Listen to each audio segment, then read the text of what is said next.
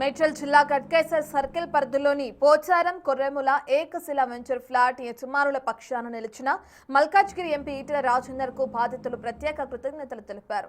సుమారు 149 ఎకరాల్లోని ఈ లేఅవుట్లో దశాబ్దాల క్రితమే ఫ్లాట్లు కొనుగోలు చేసిన సామాన్య మధ్యతరగతి వర్గాల భూములను కబ్జా చేసేందుకు భూమాఫియా ప్రయత్నిస్తుందని బాధితులు ఆవేదన వ్యక్తం చేశారు.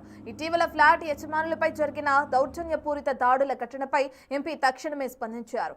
బాధితులను స్వయంగా పరామర్శించి వారికి అండగా ఉంటామని భరోసా ఇచ్చారు. ఈ సందర్భంగా లేఅవుట్ అసోసియేషన్ సభ్యులు తమకు ధైర్యాన్ని నింపిన ఎంపీకి బీజేపీ నేతలకు ధన్యవాదాలు తెలియజేశారు. తమ గృహ నిర్మాణాలు పూర్తయ్యే వరకు రక్షణగా ఉండాలని, బాధ్యులపై కఠిన చర్యలు తీసుకోవాలని ఎంపీని కోరారు.